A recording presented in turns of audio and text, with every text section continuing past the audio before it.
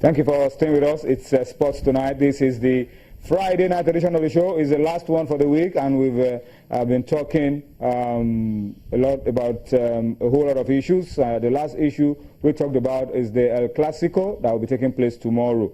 And very quickly, before we move to the women and talk about the FIFA Under-20 Women's World Cup and the African Women Cup of Nations, let's just talk about the big game in the English Premier League this weekend. Chelsea against Manchester City. And of course, you know what the interesting story is about Chelsea and the resurgence under Antonio Conte. They are top of the league and they're playing so well. The results are coming and everybody's talking about Chelsea in a new light. Yeah. And of course, Manchester City under Pep Guardiola have also been impressive, although they suffered a lull at some point, but then they are also contenders this season. Yeah. So that's a big game on our hands. Very big game. The biggest game in England. This weekend. It's, I mean, to most people, they feel like Antonio Conte has passed the test. When he started winning, a lot of people said, let's see him against the big teams. We saw what he did to Jose Mourinho, and he won those other games. This is another big test. I thought, I mean, that's why, as a gambler, I know I'll fail woefully. I thought he was a manager on his way out of Stamford Bridge, but he turned things around, and we must give him credit for that. You have a Chelsea team that Willian is not playing, Cesc Fabregas is not playing, Oscar is not playing, Terry is fit, is not playing. I mean, he's turned things around. Our own Victor Moses enjoying a new lease of life. For Manchester City, like you said, they've had a lull period. They started like a house on fire, but at some point they became predictable. And now they've had to change all those balls to the goalkeeper, trying to make him play as a sweeper. A lot of people have countered that move. And Pep Guardiola is usually not a guy that tries plan B. Pep Guardiola now has been taught that lesson in the English Premier League. They now vary their style. They could play long, they could play short. And you saw they changed their style to beat Barcelona. I mean, I never imagined that Pep Guardiola would tutor his side that would be playing long balls, use their physicality. I never imagined I would see a day like that come. And so the game is going to be won on the bench. There are going to be few mistakes. That's what I'm going to say. Few mistakes. It's not going to be a high-scoring game. 2-1, 1-0, 3-2. That's likely what we're going to see. I have a strong feeling a mistake would determine who's going to win this. But if you ask me where I think that it might, I'm tilting towards Chelsea. They're very business-like in defense. And Manchester City, knowing Pep for who he is, all the possession football, trying to control things, it might just work in favor of the forwards that Chelsea have, who don't really need any build-up play to score a goal. That's the difference. You have three guys up front, can just control the ball, turn a defender inside out and shoot. They don't really need the kind of build-up to score that this Manchester City team will need. They don't need like 7, 8 intricate passes before they get a goal. That's the difference, in my own opinion, and that's why I feel it might just be Chelsea's day. And if you look at the defense, I mean, Manchester City have tried all sorts of partnership. One moment company is in, the next is not. The only stable person in that defense probably John Stones, and even John Stones for me is not a man for the big occasion yet. So looking at all of that, I'll say Chelsea. But for sentimental reasons, I'd love to see our boy Kelechi Iheanacho play. He's not been for some few games now. We've not seen him. So sentimental reasons, I'd love to see Victor. I'd love to see Kelechi Iheanacho. May the best side win. But I think Chelsea are in a better position. All right. So Yemi has set the stage. You talk to us about it. That's a big game this weekend. Talk to us about it. Tell us who you feel will be winning this one. Chelsea, Manchester City, and then, of course, talk to us about the Classico as well. Where will that one be going? All right, so let's hear from you. Let's go very quickly to Papua New Guinea and tell you that this weekend will be the final of the FIFA Under-20 Women's World Cup, and it's the People's Democratic Republic of Korea against France in the final. But before the business of the final, there is a little issue of a third place, and that's going to be within the United States of America and Japan.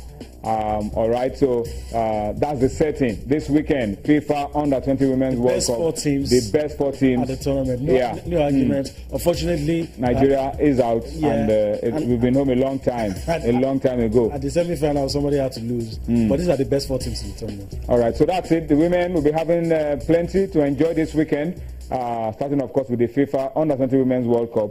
And of course, the big one that concerns us in Africa is the African Women Cup of Nations. Let me just quickly tell you that our girls are up against, as Amy said the other day, we have to prepare to play against the Indomitable Lionesses on the pitch, play against the crowd on the stands, play against the referee, play against everybody.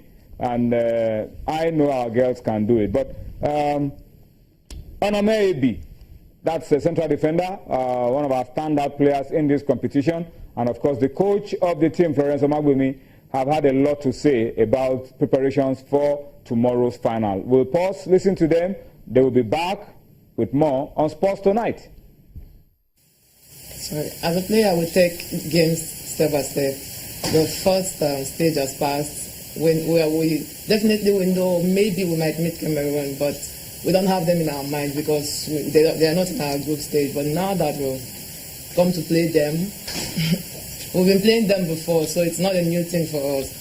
Definitely Cameroon has been one of the toughest country we play whenever we play competitions like this, so we'll definitely be ready for them. And this is not the first time the Nigerian team will be playing against the Cameroonian team.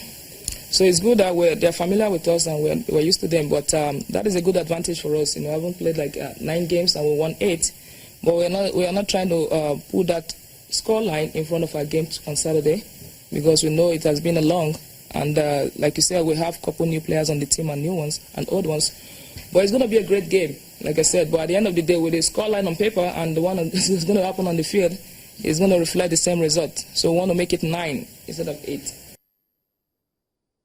All right, so that's our plan, that's our prayer for the girls. Make it 9, 8 already. The Cameroonians are here to win this competition. They won the first one, but we won the 9th one. All right, so we wish the girls the very best of luck. But yeah, I mean, let's talk about this very, very quickly. It's going to be a tough game. Yeah. The best chance for Cameroon to win is now. Yeah, history favors Nigeria. That must be said.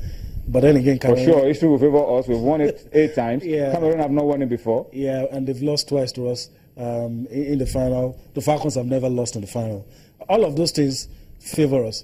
But then again, these girls will be playing in front of a massive crowd, talking about Cameroon, that will be cheering them all the way. The mood is good. Everything feels right for them. And like you said, this is the best chance. And if there's something that always threatens a Nigerian side, their male national team have done it countless number of times.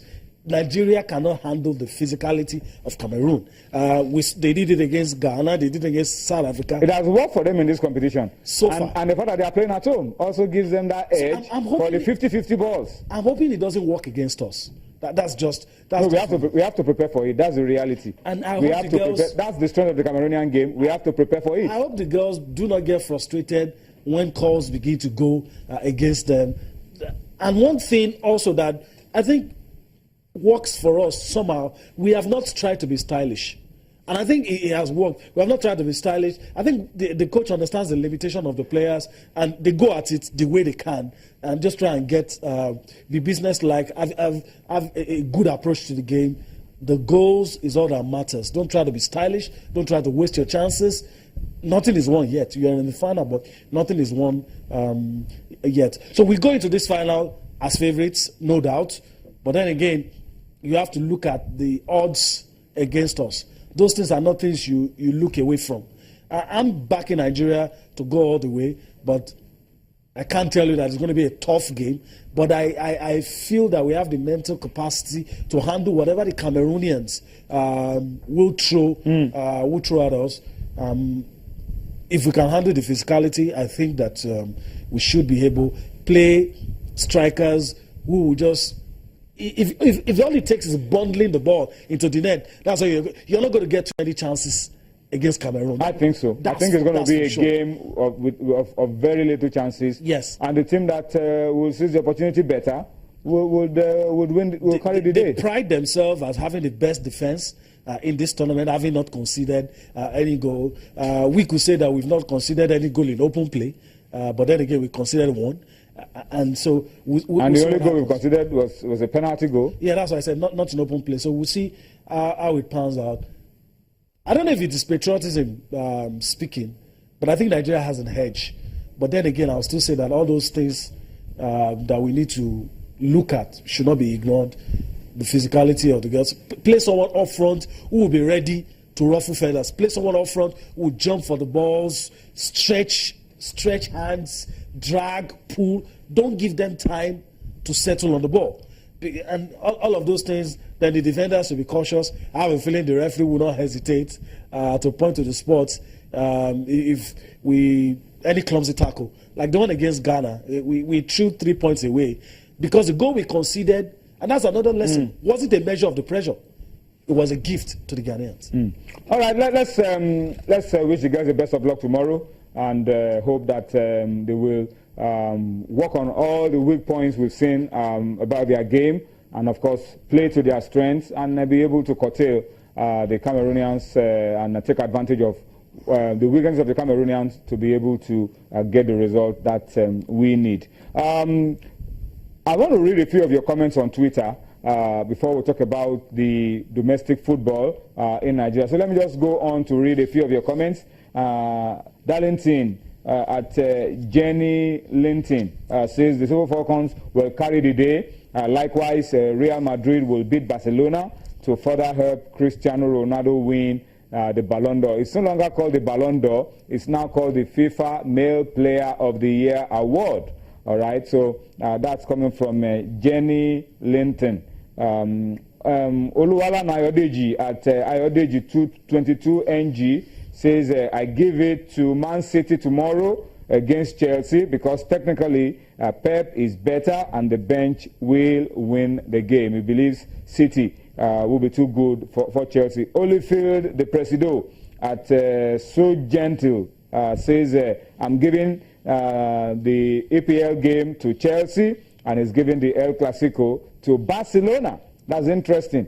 And let's see how that pans out. Oyedi Joluwa says on current form is going to be Real Madrid, but then El Clasico is known for drama, so no one should write off Barca in that one. It's a derby. Form counts for very little. Yeah. You know, so that Real are 6 points clear of Barcelona doesn't give them the license that they are winners of that game. They have to fight it out on the pitch. Last season they were ahead of Barcelona. And then that was the turning point. Once they played Barcelona, they lost everything. That was the turning point. They started losing.